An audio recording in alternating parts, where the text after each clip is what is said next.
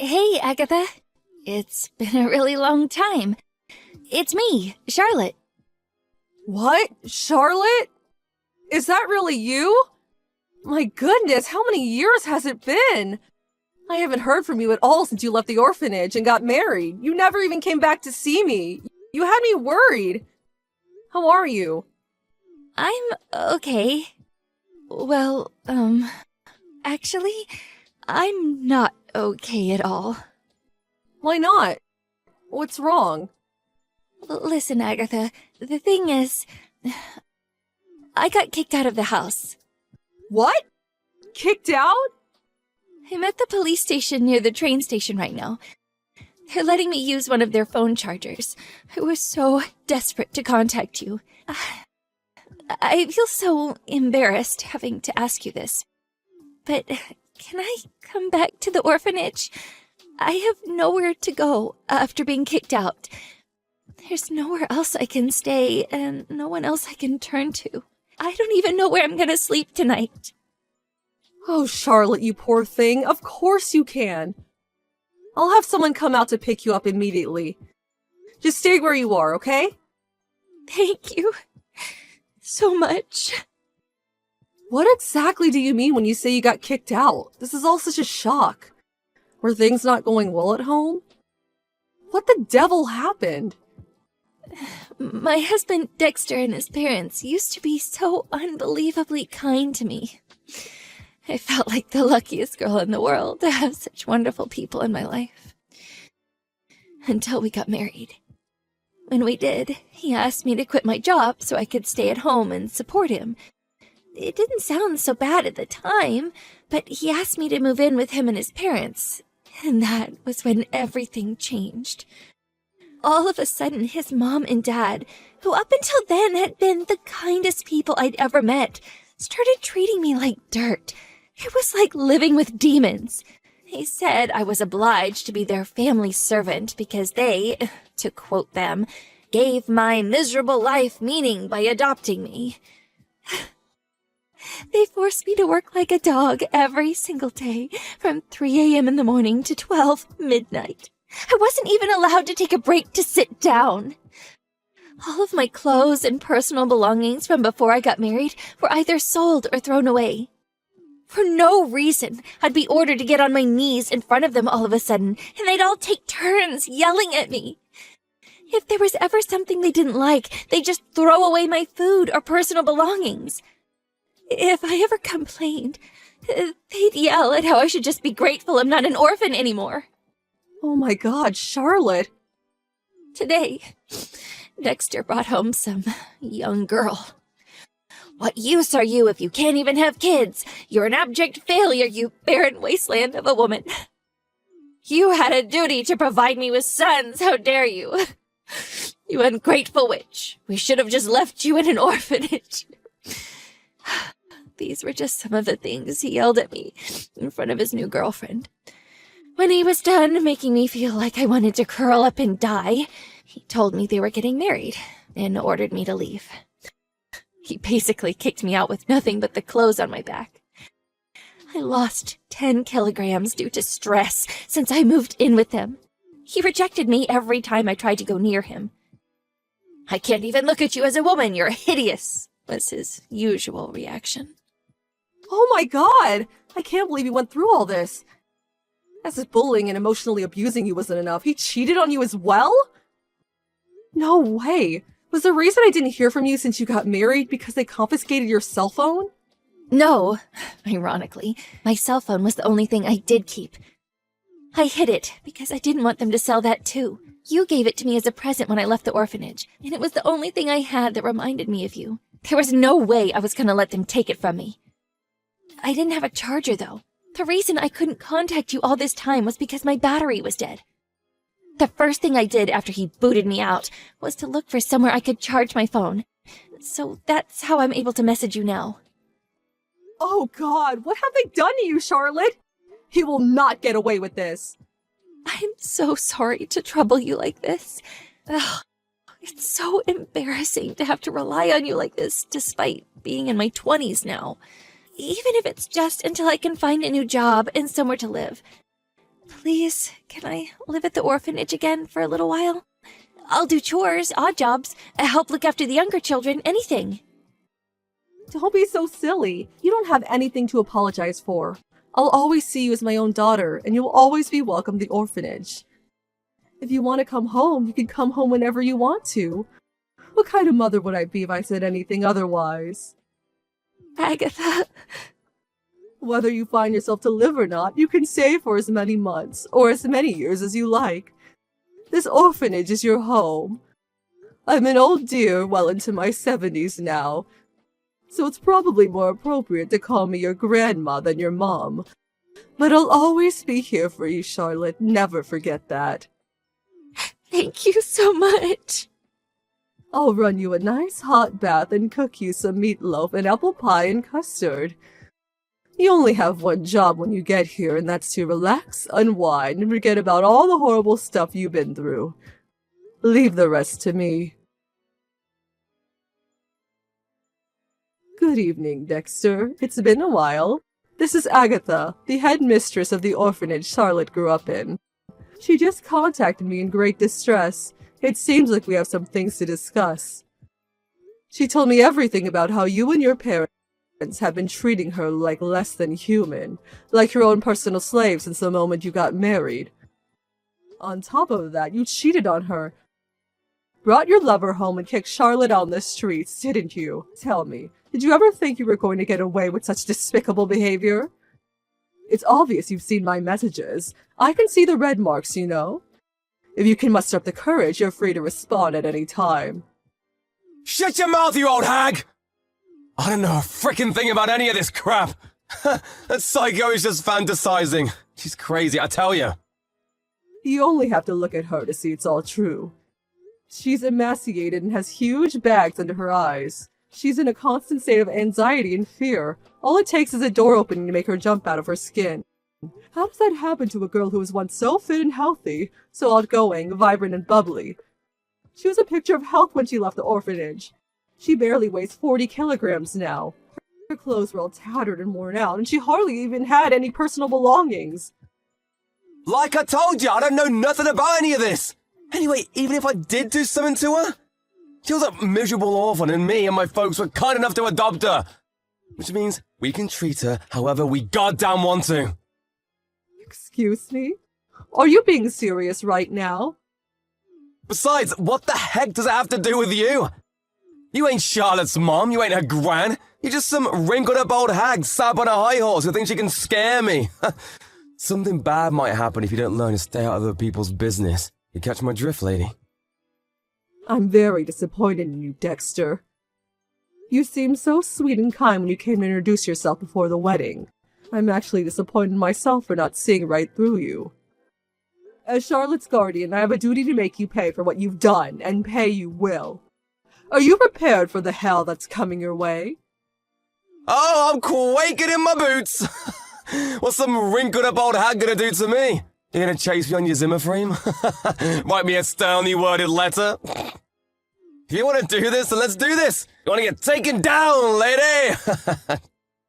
Great, it's settled then. I'll make sure you remember what you just said to me.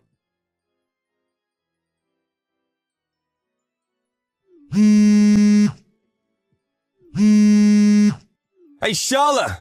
What the hell did that old hag do? You got any idea how much trouble you're in, girl? You just goddamn wait! Answer me! I know you're looking. Good morning, Dexter. This is the old hag.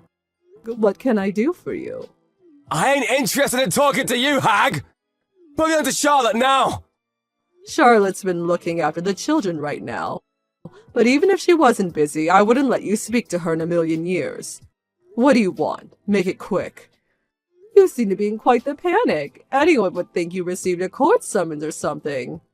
Aha! I knew it was you! You're gonna pay for this, mark my words, hag! The heck are you two trying to pull? You're dragging me into court like some criminal! On what charges? I ain't done nothing! It was patently obvious Charlotte was going to take you to court after the way you behaved. You've been summoned to take part in the divorce mediation on countless occasions by now. But you ignored the call every single time. You didn't show up to even a single meeting, did you?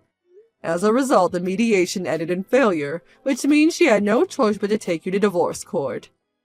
Anyone could have seen this coming. If you'd have just come to the meetings, none of this would have been happening. Oh, don't come at me with this legal jargon thinking you're all clever. I ain't playing your silly games, hag! Why the hell should I have to go out of my way to go to court to deal with some miserable orphan's emotional issues? I ain't no shrink!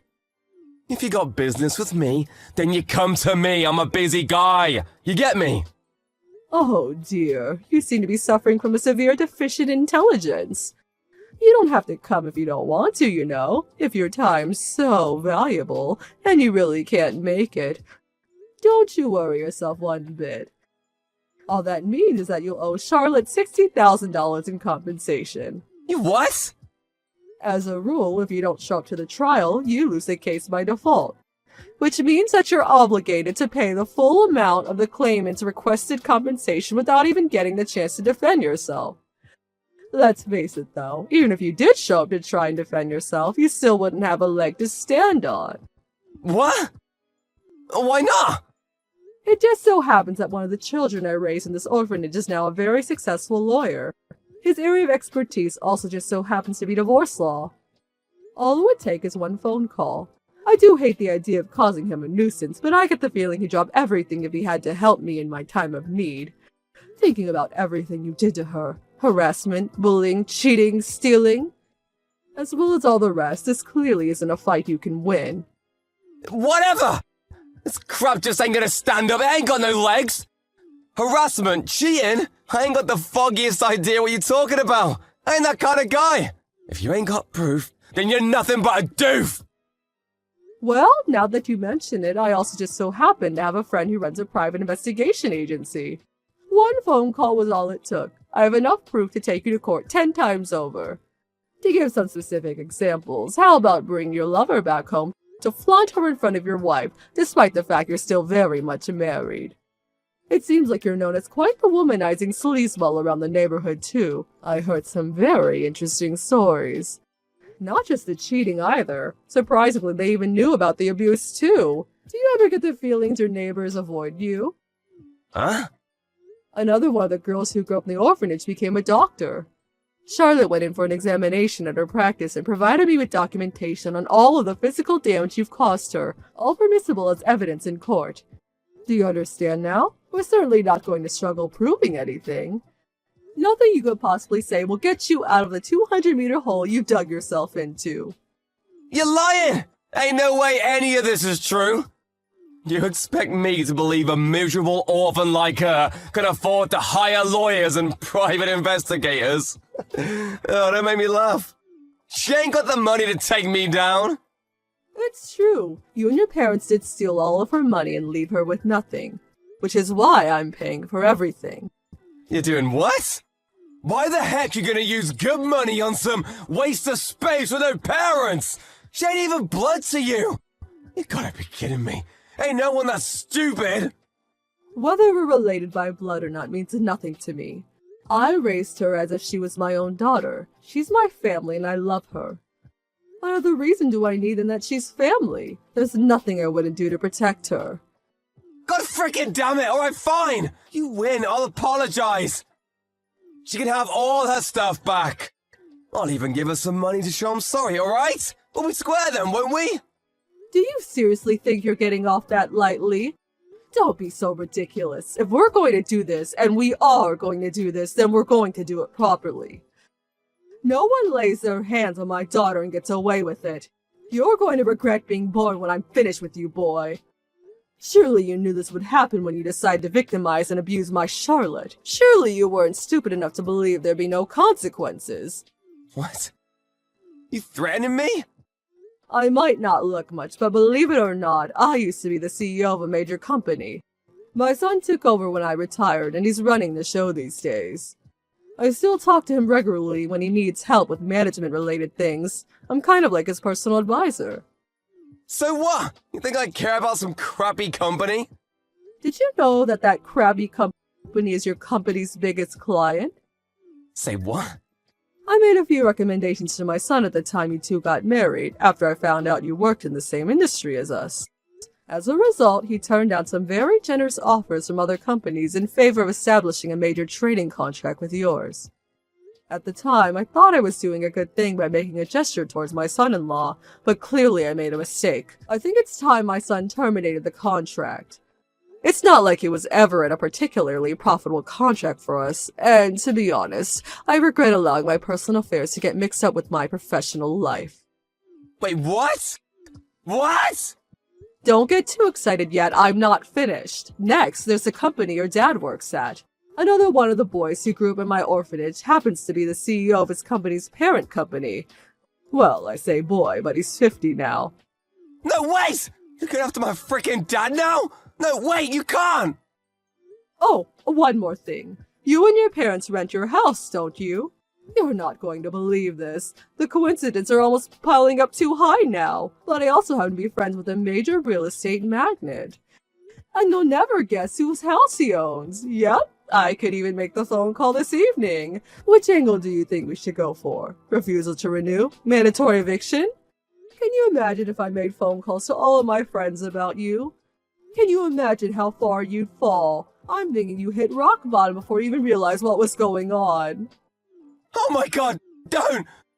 Don't, please! Let me spell it out. If I do decide to take revenge on you, you will lose all that you hold dear. You'll be lucky if you even get to keep the clothes on your back. Your blood will run cold with terror and you will be plunged into the depths of despair, hopelessness, and suffering. Doesn't that sound nice? Please, I'm sorry. I'm so sorry, I mean it! Don't you think you're apologizing to the wrong person? And by text, really? Don't you think it'd be more appropriate to get yourself down here and beg for forgiveness on your hands and knees? Yeah, you're right. I'm so sorry. I promise I ain't ever gonna do anything like this again. I never thought it would come to this. Your luck ran out when you made the fatal error of taking me for some harmless old woman. I'm not trying to brag, but I have friends in high places. Exterminating a wretched little worm like you would be child's play. I'm so sorry, really. I'm so sorry. Please don't do it. We'll be continuing this conversation in court through our lawyers. Goodbye. Immediately after that, Dexter and his parents rushed down to the orphanage in an attempt to apologize for their behavior. But the time for apologies has passed, and they were delusional to think otherwise. I told them they could apologize in court and sent them on their way. They would accept it and sat down on the floor outside the orphanage like petulant children, leaving me with no choice but to call the police. They quickly stood up and hightailed it out of there when they realized who I was on the phone, too. Obviously, Charlotte won the trial. Dexter and his lover were ordered to pay a combined total of $75,000 in compensation.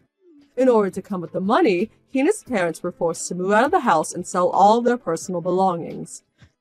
To add insult to injury, his lover, furious about being dragged into such a catastrophic situation, broke up with him no sooner than the trial was over. Now, last I heard, Dexter and his parents are living in an apartment so cramped and tiny they're like rats huddled together in a cage. Between his company losing their biggest trading partner as a result of a few choice words of advice to my son, and his reputation as an abusive scumbag circulating around the office, his work life is now a living hell. I was astonished he didn't get fired, but in a way, this is actually more satisfying. He deserves everything he gets, so I can't say I feel bad for him. Charlotte's gradually returning to her old, vibrant, bubbly self while living at the orphanage. She's helping me out by looking after the children and doing various odd jobs while recuperating. Here's to the start of Charlotte's new life. She deserves to be happy.